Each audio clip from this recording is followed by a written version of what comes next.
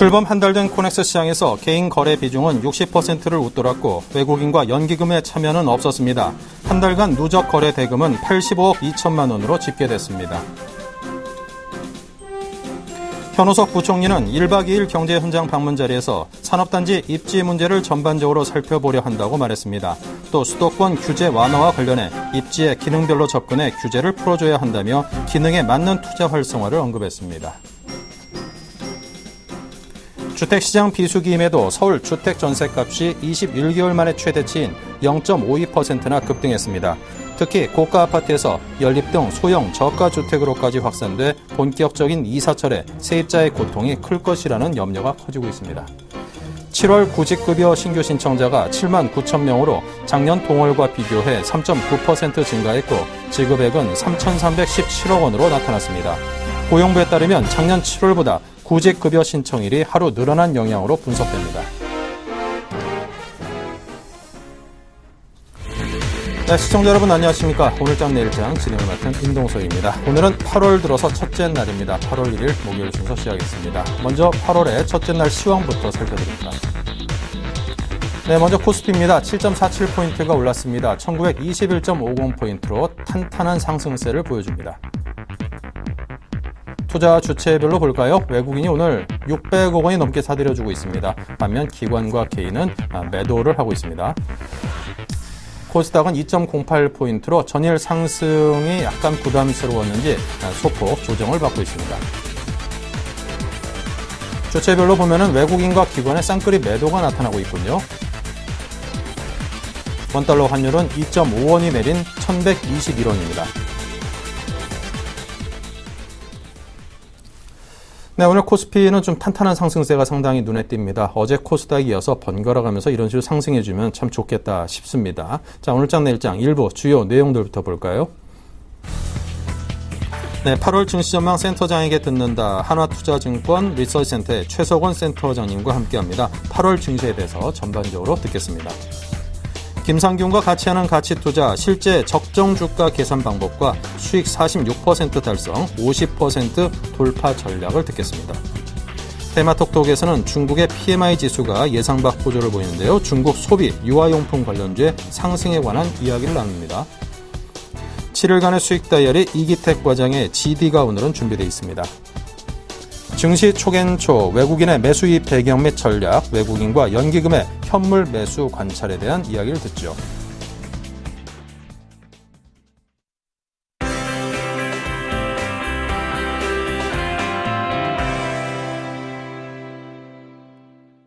네, 오늘로 드디어 또 8월 시장이 시작됐습니다. 각 증권사들에서는 8월 시장을 어떻게 전망하는지 한번 정리를 해드리겠습니다. 네, 먼저 대신증권입니다. 코스피 지수 범위를 1880에서 2030까지로 잡았군요. 2000선을 훌쩍 넓게 상단을 잡았습니다. 22 통화정책회의 추가 조치 시에 증시의 상승이 탄력적으로 올라줄 것을 기대하고 있습니다. 유망업종과 종목은 소재, 산업재를 언급하고 있고요. KDB 대우증권에서는 2000선을 상단으로 잡고 있습니다. 미국의 양적 완화, 조기 축소 우려가 완화된 것을 호재로 꼽고 있고요. IT와 화학을 꼽습니다. 자, 하나대투에서는 2000선까지는 아직까지는 무리라고 생각하는지 교보증권과 함께 1980, 1970선을 잡고 있습니다.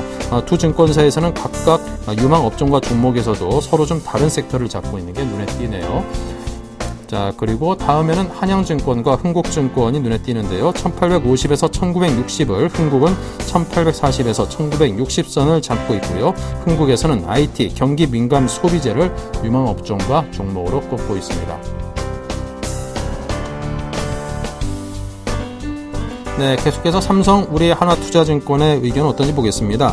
세 증권사가 모두 1950선대, 한화가 1970선대를 상단 밴드로 잡고 있습니다. 2000선 돌파의 가능성은 아직까지는 열어두지 않고 있고요.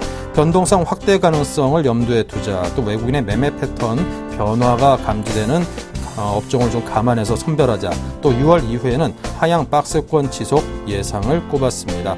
유망업종과 종목도 상당히 좀 갈려있는 부분들이 있습니다.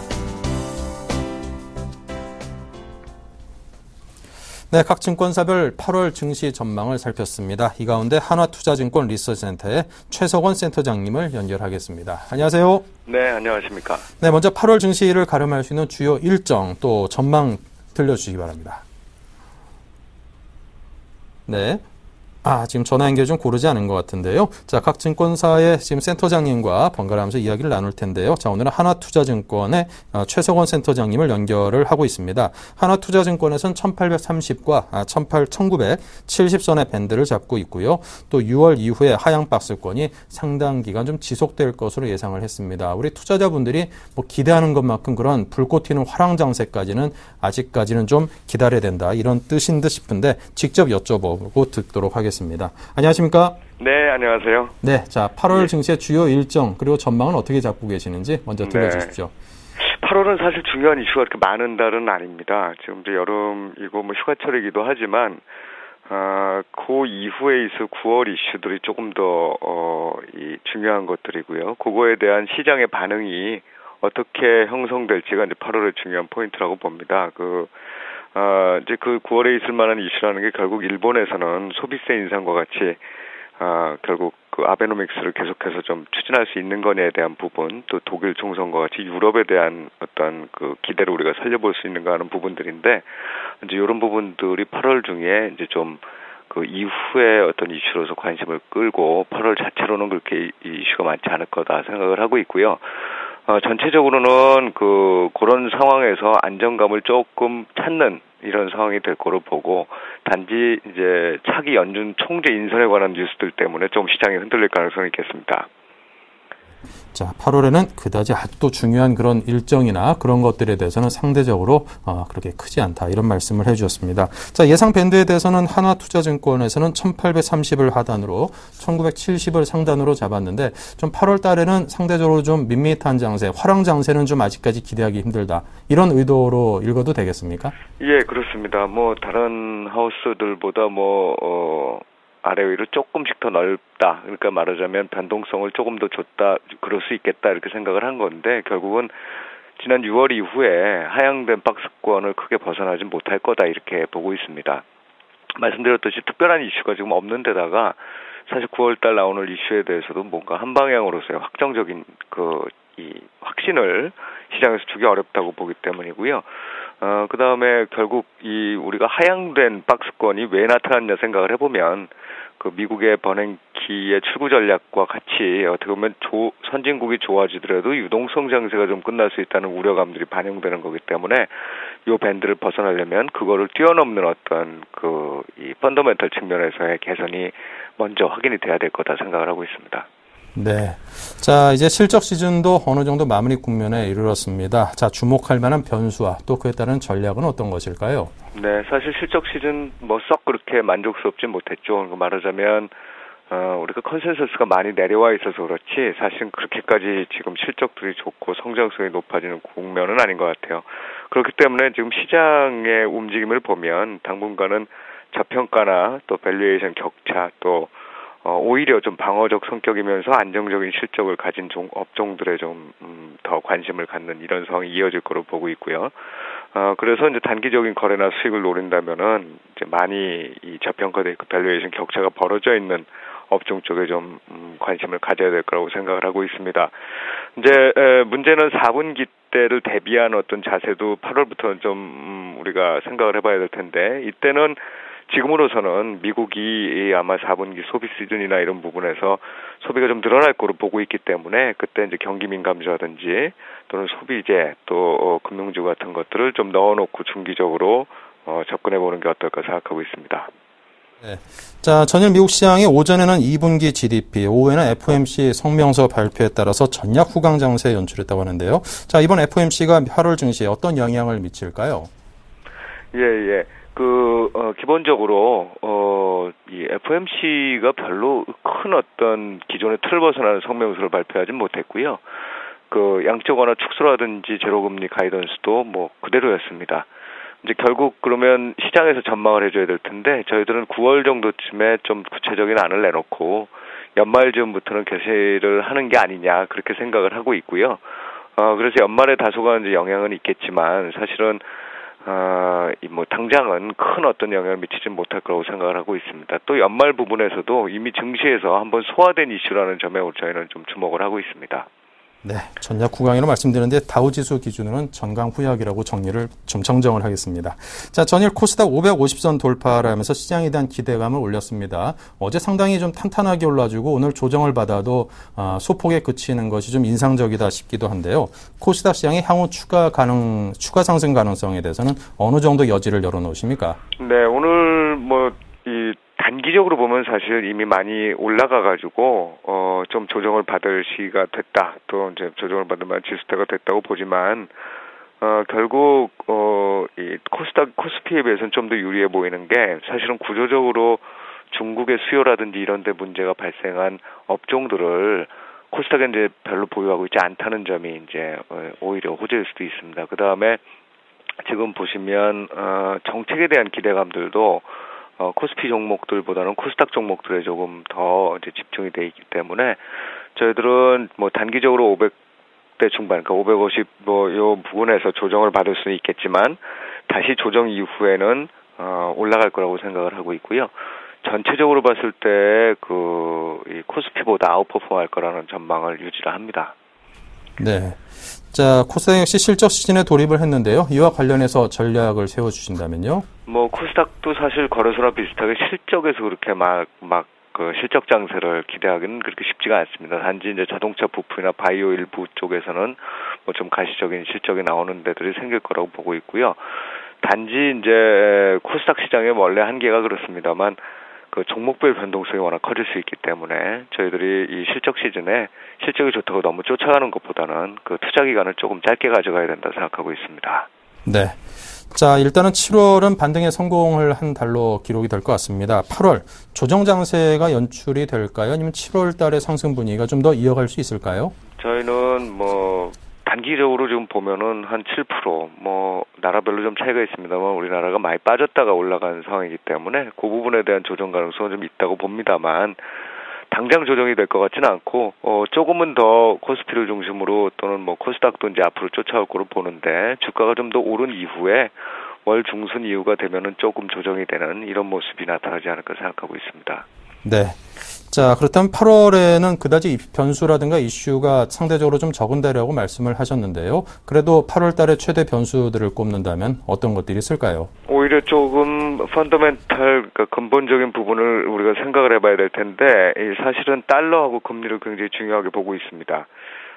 당장 뭐 달러나 금리에서 대단하게 큰 변동성이 나타나고 어떤 추세를 보여줄 거라고는 보이지 않지만 사실은 최근의 장세가 아주 우리가 안 좋았을 때가 뭐였냐면 달러가 강세로 전환이 되면서 선진국 위주의 증시 상승일 때였었거든요. 이제 이런 부분이 과연 8월에도 좀 재개될 수 있을 거냐 말하자면 경제가 선진국이 워낙 좋아서 유동성이 흡수되고 달러가 강세되는 모습이 나타날 수 있을 거냐. 그리고 그거의 뒷받침이 그러니까 어떻게 보면 동전의 이면일 수 있는데 그러면서 금리가 올라가게 되면 사실은 또 증시가 타격을 받을 수가 있겠죠. 그래서 그 부분에 대한 어떤 이 관심과 계속적인 추적이 필요한 상황이라고 보고 지금으로서는 좀 잠잠할 거라고 보는데 문제는 그 9월 정도쯤에 이런 이슈들이 다시 한번 불거질 수 있다는 점에 좀 주의를 기울여야 될 거다 생각합니다. 네. 자, 그렇다면 8월 우리 국내 시장에 대한 투자 매력도는 어느 정도로 평가하십니까? 예, 박스권 자체가 낮아졌다는 표현에서 아실 수 있다시피 밸류에이션이 낮아진 부분을 제외하고는 사실 수급이라든지 수익성 또 안정성 등에서 국내 투자 매력이 사실 그렇게 높은 상태는 아닙니다. 그게 또 어찌 보면 외국인들의 그 매수세가 약화된 이유이기도 할 거고요. 근데 여타 이머징 국가에 비해서는 유동성이 높고 안정성이 그래도 조금은 낮다. 특히 환율 부분에서 이렇게 생각하기 때문에 대량 매도는 나타나지 않을 거로 생각을 하고 있습니다. 이제 밸류에이션 격차가 벌어져 있는 상황이기 때문에 그 소폭의 외국인 매수 정도가 유지되는 장이 8월 중에 나타나지 않을까 싶습니다. 네.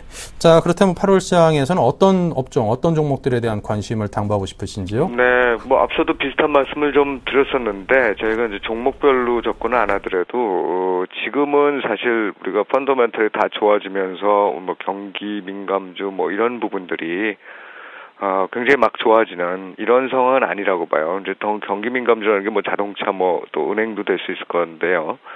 지금은 밸류에이션 격차가 좀 벌어져 있고 언더밸류 되어 있는 것들, 그러니까 좀 싼 것들 위주로 트레이딩하는 게 일단 맞다고 생각을 하고요. 거기에 소재 산업재, 그다음 최근에 많이 올랐다가 조정을 받은 제약이 좀 들어있을 거고요. 반면에 이제 경기 민감주 쪽은 IT도 들어가겠지만 자동차, 은행 이런 것들 들어갈 텐데요. 그런 부분들은 좀 보유하고 있는 게 좋을 거고요. 특히 이제 IT 관련해서는 사실은 한 9월 정도까지 그 모바일 쪽 수요의 급격한 증가가 과연 나타날까 안 나타날 건가에 대한 고민이 시장에 많을 겁니다. 그래서 저희들은 궁극적으로 그게 잘 될 거라고 수요가 늘어날 거라고 보지만 한 9월 정도까지는 주가 측면에서는 사실 별 큰 변동성이 없어서 저점 매수하고 좀 장기 보유해 보는 게 어떻겠느냐 생각을 하고 있습니다. 네, 알겠습니다. 자, 지금까지 하나투자증권 리서치센터의 최석원 센터장님의 말씀이었습니다. 감사합니다. 네, 감사합니다.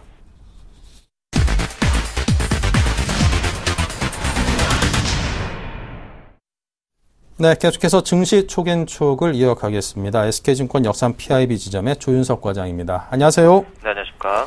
네, 미국의 양적 완화 축소부터 유럽 경기 등등 해외 매크로 환경이 국내 시장에 미치는 영향은 여전한 듯합니다. 이에 대한 분석을 먼저 들려주시죠. 네, 우선 어저께 FOMC 회의부터 잠깐 언급해야 될 것 같은데요. 시장은 그런 정확한 양적 완화 축소 시기를 계속적으로 탐색하려는 모습을 보여주고 있습니다. 특히 9월이냐 아니면 연말이냐에 따라서 조금 주가의 변동성이 먼저 나올 가능성도 있기 때문에 상당히 투자자들이 그거에 대해서 알아보려고 계속적으로 그 연준의 말에 조금 기울이는 편이고요. 그런 것들이 아무 이슈가 없이 지났기 때문에 현재는 외국인 투자자들의 방향이 아직도 긍정적이다라고 판단하면서 시장은 조금 계속적으로 좋은 모습을 보여주는 것이 아닌가 그렇게 판단해야 될 것 같습니다. 특히 중국 같은 경우도 지표가 오늘 또 나왔었죠. HSBC PMI가 47.7 정도를 기록하면서 예상치에 부합하는 모습을 보여줬습니다. 정부 측 PMI 50.3보다는 물론 낮은 숫자지만 예상치를 충족했다는 데 조금 의의를 둘 수 있을 것 같고요. 시장 예상을 충족했다는 건 결국은 경기에 대한 흐름은 아직도 시장이 제대로 추적을 하고 있는 상황이고 또한 그런 것들에 대한 반응 그리고 대응까지도 정부 측에서 적절하게 진행을 하고 있다는 것으로 판단을 해야 되기 때문에 이건 역시도 시장에 좀 긍정적으로 보셔야 될 것 같습니다. 마지막으로 중국의 PMI나 여러 가지 GDP 모든 경기 상황이 좀 좋아지게 되려면 미국도 마찬가지겠지만 유럽 시장의 반등을 통해서 좀 시장이 회복돼야 되죠. 즉 중국 시장의 수출 경쟁력이 조금 더 강화돼야 되는데 유럽 경기 자체도 전체적으로 보면 조금씩은 바닥을 다져가는 모습을 보여주고 있는 상황이기 때문에 지금은 상승과 하락이 좀 제한적인 모습이지만 그래도 하락 변동성에 대한 그 가능성은 조금 더 해외 시장에 의해서 조금 축소되는 것이 아닌가 그렇게 판단하셔야 될 것 같습니다. 네.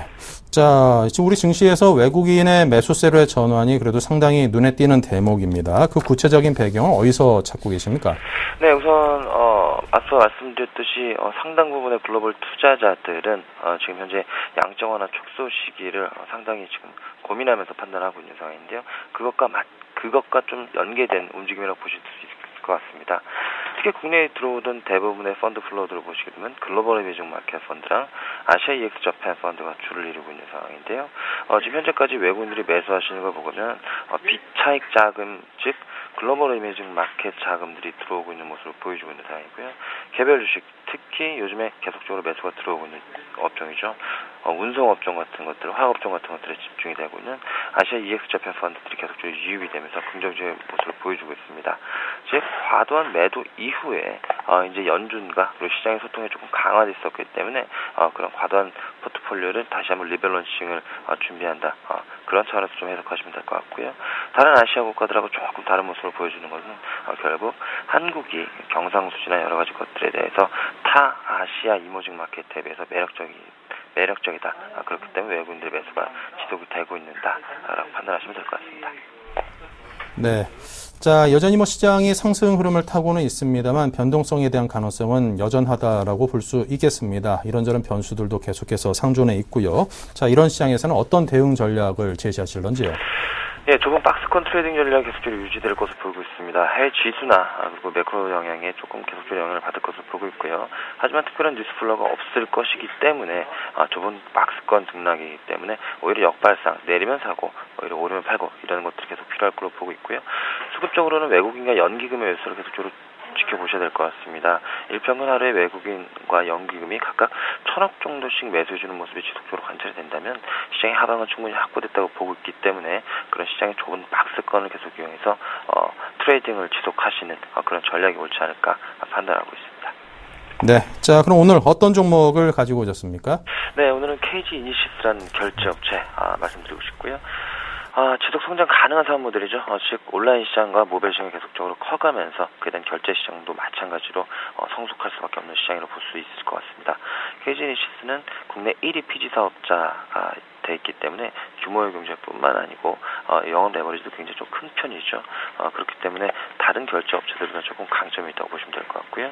온라인 쇼핑이나 그런 것 그 모바일 쇼핑 쪽에 연평균 성장률이 20%가 넘는 모습이기 때문에 시장주의만 잘 유지를 하더라도 연평균 20% 이상의 성장이 가능할 걸로 보고 있습니다. 또한 모바일 시장 자체도 올해부터 특히나 더욱더 성장이 가속화될 걸로 보고 있기 때문에 그런 것들이 결국 매출에 투영되지 않을까 판단하셔야 될 것 같고요.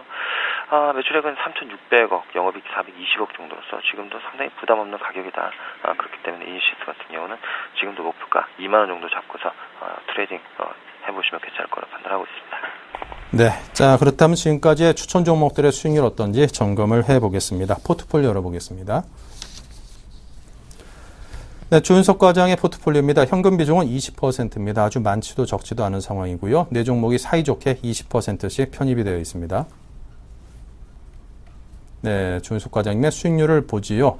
LTS가 마이너스 6%, KHM이 현재 마이너스 2%대 손실을 보고 있습니다만 동바이텍과 SGNG가 7.6%, 2.1%의 비교적 양호한 수익률로 그런대로 좋은 모습을 지금 보여주고 있습니다.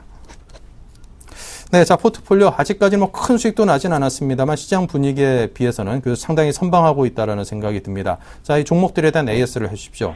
네, 우선 홀딩하는 종목들에 대해서는 특별히 말씀드릴 것보다 우선 기술적 흐름들이 계속적으로 이어지고 있기 때문에 계속적으로 홀딩하자는 의견 말씀드리고 싶고요. 특히 LTS를 제가 제외했는데 LTS 같은 경우 제외 이유는 펀더멘탈상도 문제는 없습니다. 하지만 지금 기회비용상 너무나 오랜 기간 동안 지금 횡보를 하고 있는 상황이기 때문에 이제 움직이기 시작할 때 다시 한번 편입하려고 진행을 하고 있다. 그렇게 판단하시면 될 것 같고요. 예전에 말씀드렸습니다. 동바이텍 같은 경우는 목표가를 조금 내리겠다라고 말씀드렸고요. 그것들을 계속적으로 유지할 생각이고요. 그래서 8,400원에서 500원 정도까지는 아직도 충분히 올라갈 수 있는 가능성이 있다고 보고 있는 상황이고 그 외에 SGNG 같은 경우는 지금 움직임이 지금 빠른 편은 아닙니다. 그래서 전고점을 뚫기 위한 지금 그런 모습들을 계속 보여주고 있는데 다음 주 정도는 전고점이 충분히 돌파되지 않을까 한번 기대해 보셔도 좋을 듯합니다. 네, 알겠습니다. 자, 이렇게 해서 오늘 포트폴리오에 대한 AS까지 해봤습니다. 최종 포트폴리오를 다시 한번 정리하면서 조윤석 과장님과 인사 나누겠습니다. 감사합니다. 네, 고맙습니다.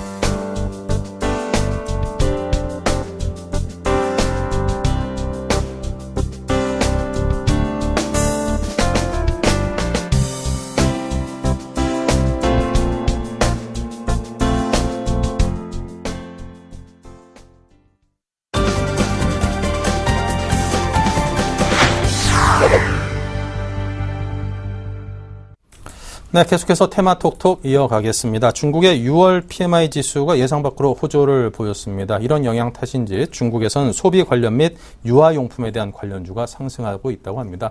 특히나 이제 중국 같은 경우는 한자녀 갖기 그런 정책이 있기 때문에 아이들한테 돈 쓰는 게 굉장히 대단하다라고 들었는데 그런 집중적인 조명을 받는다면 이 부분에 대한 상승세도 상당히 클 듯 싶습니다. 샘플러스의 정대희 멘토를 연결합니다. 안녕하세요. 네, 안녕하세요. 주식 승천열시 멘토 정대입니다. 네, 자 중국 시장에서 소비 관련 그리고 유아용품 관련주가 상승했다고 하는데 그 배경부터 짚어주십시오.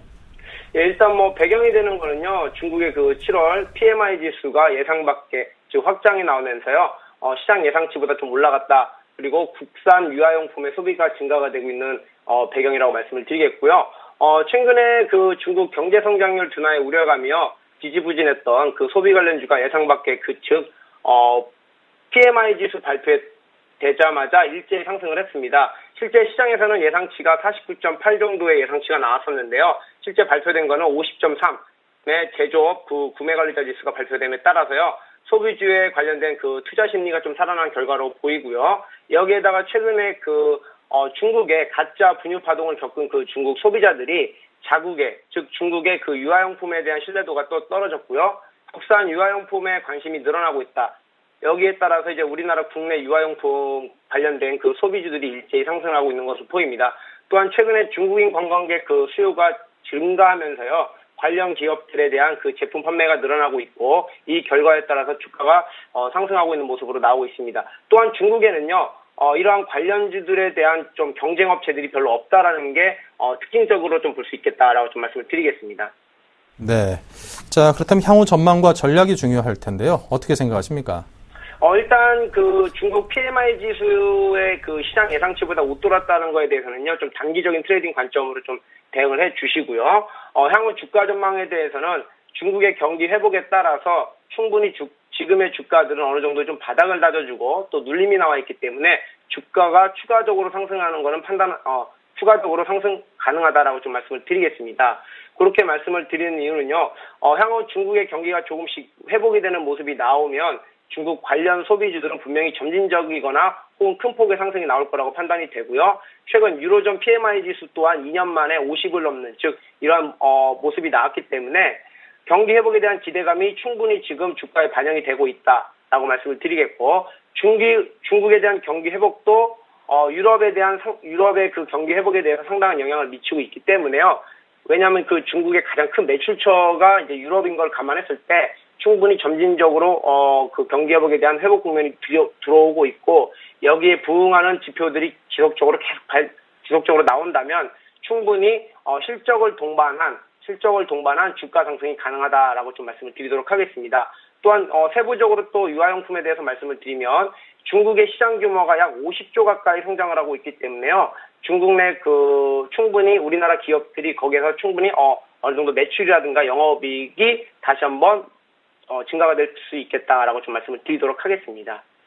자, 그렇다면 중국 소비 관련 유아용품 관련해서 투자해 볼 만한 종목이 있을까요? 어떤 걸까요? 네. 자, 지금 전화 연결 상태가 좀 고르지 않은 것 같은데요. 정대희 멘토님. 네, 지금 중국 소비와 유아용품 관련주의 향후 전망과 전략에 대해서 들었습니다. 아무래도 중국 경기가 회복이 되면 아무래도 소비자들이 쓸 돈이 좀 많아지면서 당연히 이 분야에 대한 주가 상승을 기대해 볼 수 있겠고요. 하지만 그렇다고 해도 전체적인 시장 상황을 놓고 볼 때는 좀 단기적으로 중장기보다는 단기 트레이딩 관점으로 접근해야 될 만한 그런 테마라고 말씀을 하셨습니다. 이와 관련해서 국산 유아용품의 소비도 증가도 기대를 하셨고요. 자, 다시 연결을 했습니다. 안녕하세요. 네, 지금 연결이 잘 안 되고 있는데요. 자, 정대 멘토님의 의견을 다시 한번 좀 정리를 해보도록 하겠습니다. 그리고 중국의 7월 PMI 지수 등등이 좀 예상 밖으로 상당히 좀 좋게 나올 가능성도 있어 보이고요. 전반적으로 지금 미국 쪽의 경기 지표들은 상당히 좀 호전이 되고 있습니다. 이번에 양적 완화 출구 전략 관련해서는 어느 정도 멘트를 좀 자제한 듯도 보입니다만 전반적인 흐름 자체는 미국 경기는 이제 상당 부분 개선이 되고 앞으로도 더 나아질 것이다라는 그런 예상이 가능케 하는 모습을 보여주고 있고요. 중국도 최악의 상태는 지나고 이제 어느 정도 좀 완만하게나마 좀 상승이라든가 터닝을 기대해 볼 수 있는 그런 상황이라서 중국 관련 테마를 주목해야겠습니다. 연결이 됐나 모르겠는데요. 안녕하십니까? 예, 안녕하세요. 네. 자, 그렇다면 관심 종목이 어떤 것들인지 이와 관련해서 설명을 주십시오. 예, 뭐니 해도 일단 유아 관련해서 최근에 그 중국의 가짜 분유 파동이 일어났었기 때문에요. 거기에 대한 가장 큰 수혜가 될 거라고 생각하는 거는 일단 남양 메일유업을 좀 추천드리도록 하겠습니다. 메일유업을 추천드리는 이유는요. 국내를 대표하는 중국 관련 소비주이고요. 그리고 또 영유아 분유 관련되고 또 경쟁업체, 즉 남양유업에 대한 어느 정도 반사이익까지도 노려볼 수 있기 때문에 이 종목을 추천해 드리겠고요. 매수가는 현재 지금 39,950원인데 지금 가격 충분히 메리트 있다라고 좀 말씀을 드리겠고 목표가를 잡아드리면 일단은 45,000원까지 충분히 좀 가져가셔라라고 말씀을 드리겠고요. 손절가는 36,500원을 제시해드리도록 하겠습니다. 네, 자 이렇게 해서 메일유업에 대해서 말씀을 해주셨습니다. 남양유업 관련해서도 반사이익을 얻고 있어서 국내 시장에서 상당히 좀 관심을 끌고 있는 기업인데 또 중국 관련해서도 이렇게 좋은 모습을 보일 수도 있군요. 자, 지금까지 정대희 멘토님과 이야기를 나눴습니다. 중간중간에 전화가 끊겨가지고 깜짝 놀랐습니다. 예, 다음에도 좋은 말씀 부탁드립니다. 예, 수고하셨습니다. 네, 감사합니다.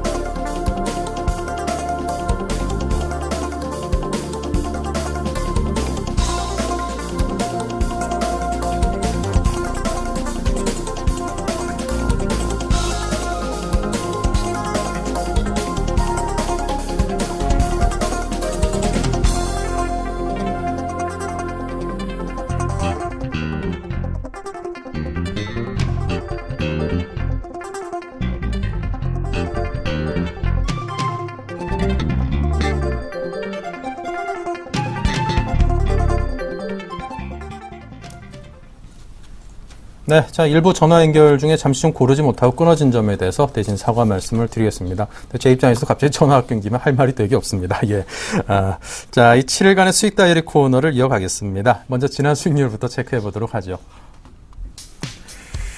네, 지금 캠시스가 마이너스 2, 바이오스페이스가 마이너스 1.9%, EM텍과 파워로직스가 마이너스 1.2, 마이너스 2%로 모두 소폭이나마 좀 손실이 나 있습니다. 시장 상황이 살짝 대응하기 좀 만만치 않았던 것 같고요. 파트론만이 0.6% 수익으로 유일한 수익권에 놓여있는 종목으로 선정이 됐습니다. 네, 매주 목요일 추천하시는 하이투자증권 금융센터의 이기택 과장을 연결해 보겠습니다. 안녕하십니까? 네, 안녕하십니까. 이기택입니다. 네, EM텍을 추천하셨는데 마이너스 한 1%대 아주 소폭 빠져 있습니다. 금세 따라잡을 수도 있는 손실이니까요. 별 신경이 쓰이진 않고 어떤 대응을 해야 될지에 대해서 듣겠습니다. 시장 상황이 지지부진한 걸 여실히 보여주는 종목이 아닌가 그렇게 보여집니다. 일단 수익 구간에서 손해 구간으로 넘어가서 기분은 썩 좋은 그런 상황은 아니지만 사실은 그동안 올라왔던 이유가 있었기 때문에 앞으로도 계속해서 추세를 유지할 것으로 보여지고요. 이럴 때일수록 뇌동매매하기보다는 실적에 맞춰서 주가가 움직일 것으로 보입니다. 여기 짧은 박스권을 보이고 있는데요. 16,000원에서 17,000원대를 돌파하면 그 다음에 우리가 목표가로 생각했던 2만 원대까지는 가능할 것으로 보여지기 때문에 일단은 계속해서 유지해 나간다. 그 스탠스를 유지한다라고 말씀해 주시면 되겠습니다. 네. 자, 그렇다면 이제 보다 더 잘 달릴 수 있는 그런 말로 갈아타야 될 텐데요. 또 어떤 종목을 준비하셨습니까?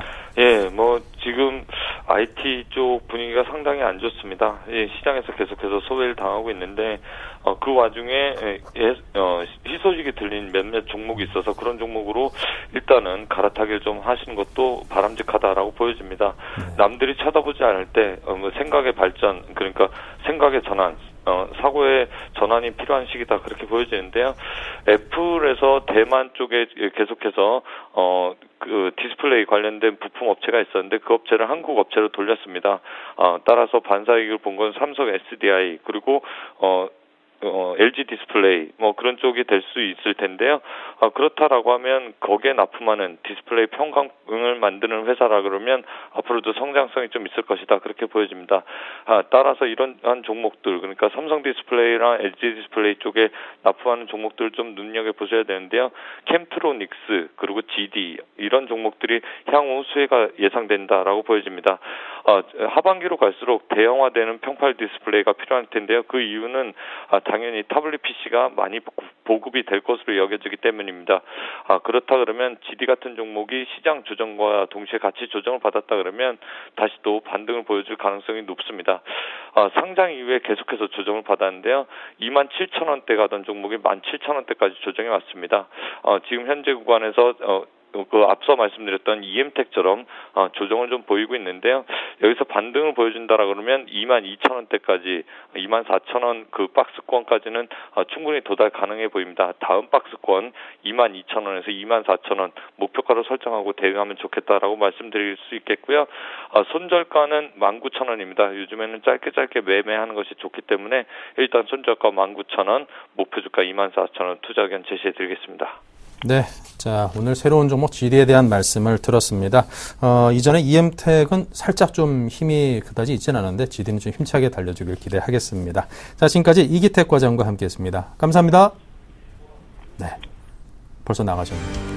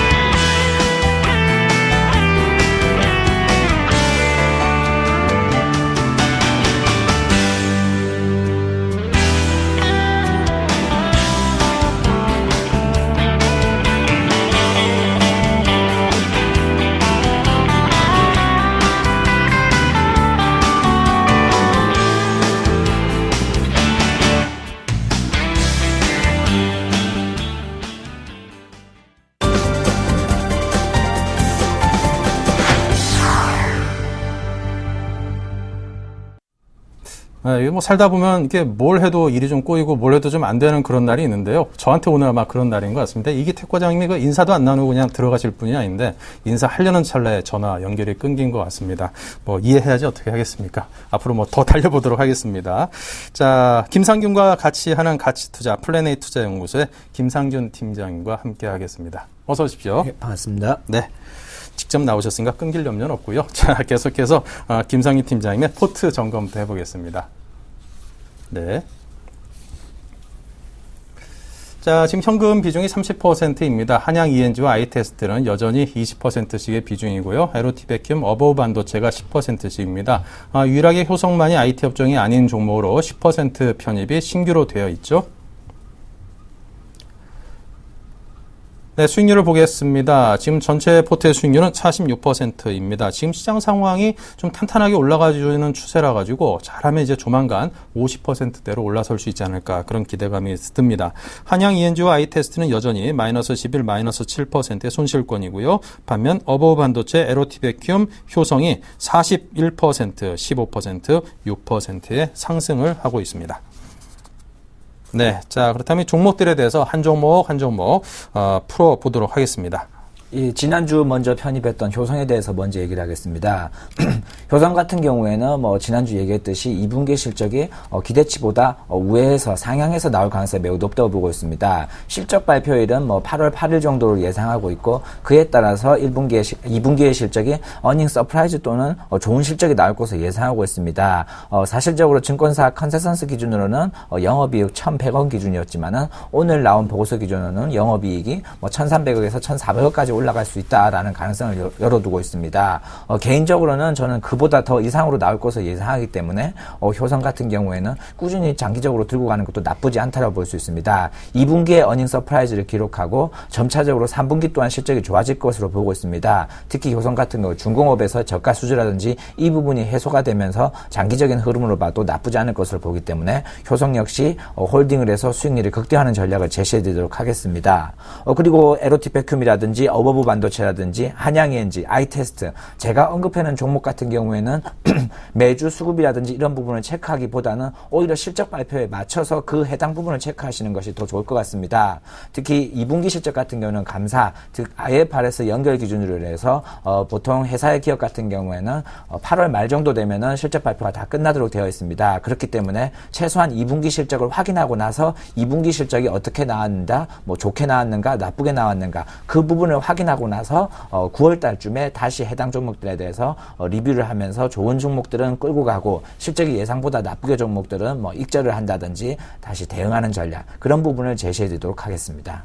네. 자, 그렇다면 이제 실적 시즌인데요. 아직까지도 이 기업들의 실적 발표와 또 실적에 대한 예상, 전망은 어떻게 잡고 계신지 알 수 있을까요? 예, 전체적으로 LOT 백큐 같은 경우에는 작년이라든지 이런 데 대비해서는 실적이 점점 좋아질 것으로 예상하고 있습니다. 특히 2분기보다는 3분기, 3분기보다는 4분기 점차적으로 좋아질 것으로 예상하기 때문에 LOT 백큐이 기대치보다는 실적 부분, 올해의 가이던스 부분은 약간 하회한 부분이 있겠지만은 모멘텀이라든지 여러 가지 전체적으로 올해 신규 사업 발표라든지 그런 부분을 생각한다라면은 충분히 끌고 가는 것도 나쁘지 않을 것 같습니다. 그리고 오버버 반도체 같은 경우에도 2분기 실적이 YOY 작년 대비해서 큰 폭으로 성장할 것으로 예상하고 있습니다.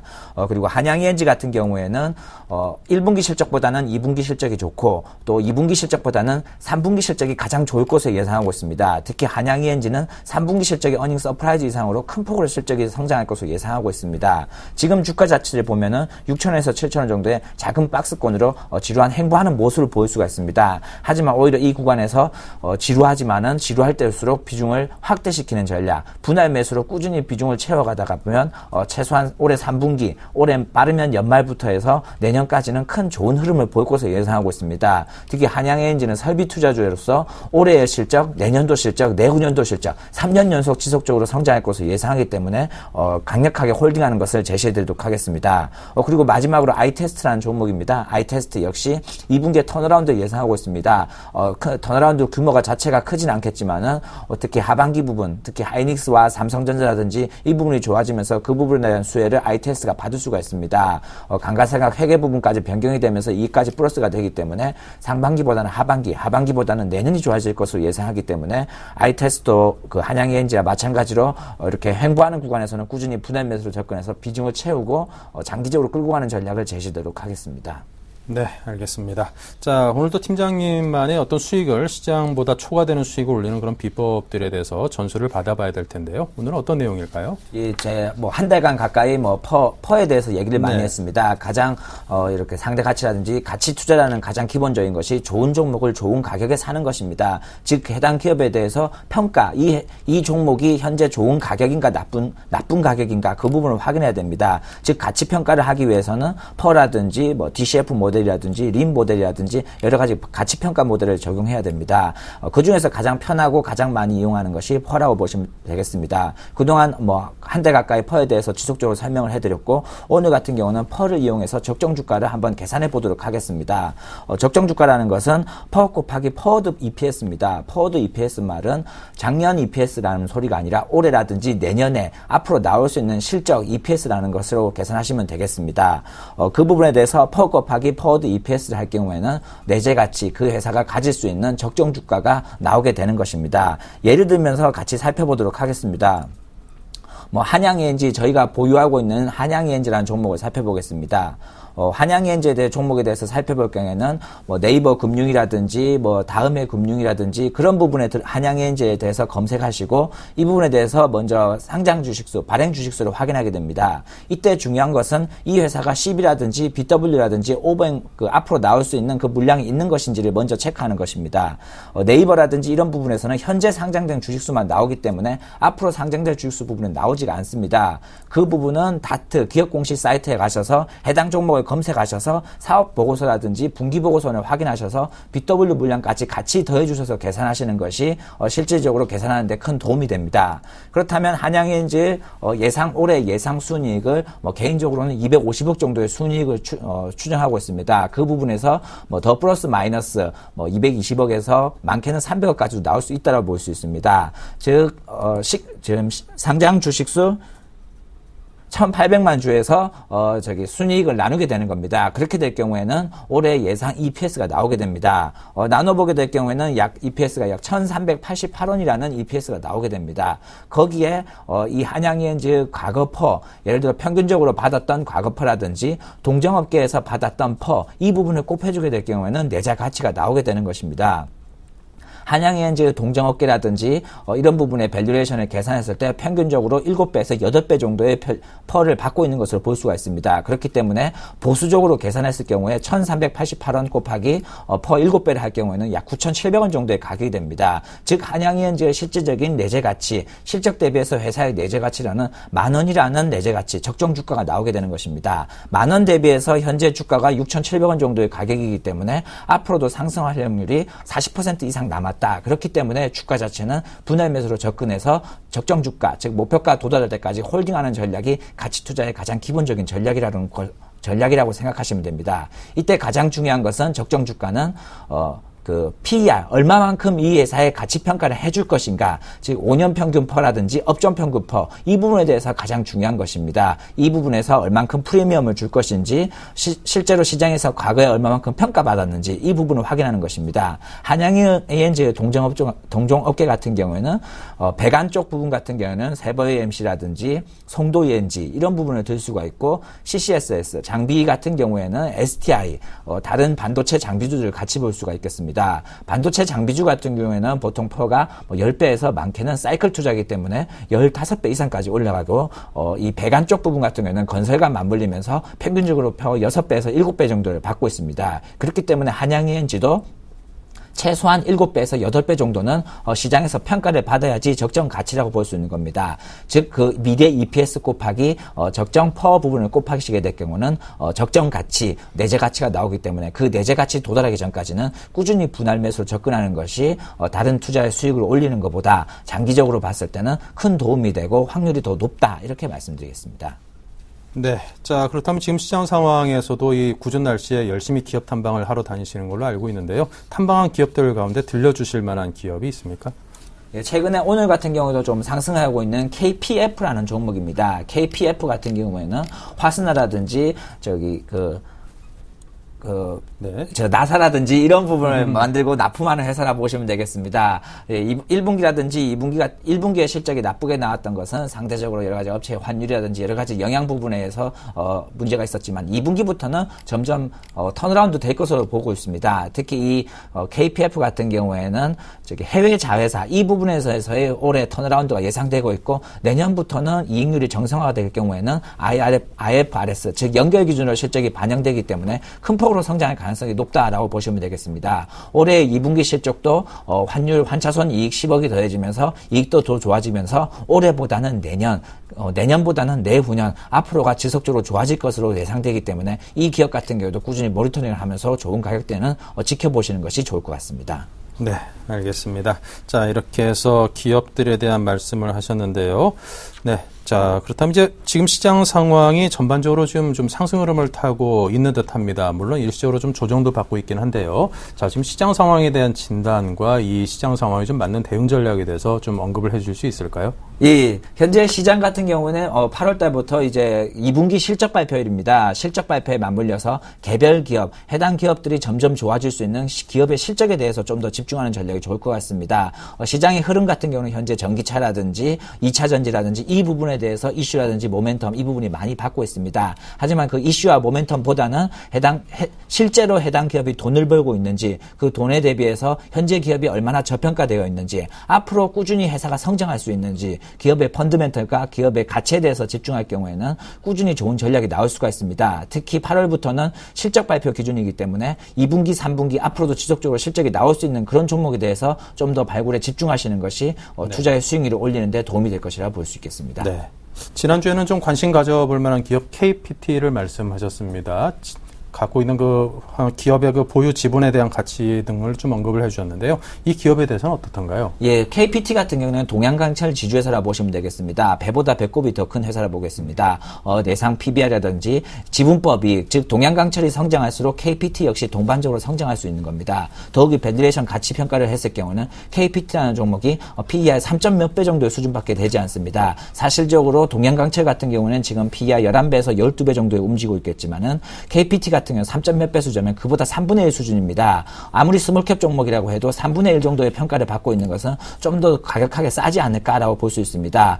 이 회사는 동양강철에 대비해서 한 절반 정도의 수준 정도면은 좋지 않을까 이렇게 보기 때문에 상대적으로 밸류에이션 가치라든지 회사의 성장성이라는 걸 봤을 경우에는 꾸준히 성장할 수 있고 가치 대비해서 워낙 저평가 구간이기 때문에 충분히 가격적인 메리트가 있는 회사다 이렇게 볼 수가 있겠습니다. 네, 알겠습니다. 자, 이렇게 해서 김상균 팀장과 지금까지 많은 이야기 나눠봤습니다. 최종 포트 점검하면서 인사 나누겠습니다. 감사합니다. 네, 다시 한번 최종 포트에 대해서 제가 점검을 해드리겠습니다. 네, 현금 비중이 30%이고요. 에로티베큐과 어버반도체, 효성이 각각 10%씩의 비중으로 편입이 되어 있습니다. 한양ENG와 아이테스트가 20%씩의 비중으로 편입이 되어 있습니다. 하지만 한양과 아이 이 두 종목이 현재 좀 손실이 나 있기 때문에 빨리 좀 코스닥의 다시 상승세의 전환과 함께 수익권으로 돌아서 준다라면은 전체 포트 수익률을 끌어올리는 데 크게 기여를 할 것 같습니다. 네, 지금 수익률이 46%입니다. 굉장히 높은 수익이죠. 하지만 또 계속 40%에 머물러 있다 보니까 좀 더 욕심이 생기는 게 빨리 좀 50%대로 훌쩍 좀 올라섰으면 좋겠다라는 그런 기대감이 생깁니다. 조금 전 말씀드린 20%씩을 차지하고 있는 이 두 종목의 수익권으로의 전환이 바로 그 걸림돌이 아닌가 싶은데요. 조만간 해결되지 않을까 하는 기대감 가져봅니다. 네, 이렇게 전체적인 포트를 점검했고요. 자, 1부 순서는 여기서 마치겠습니다. 잠시 후 2부에서 뵙겠습니다. 감사합니다.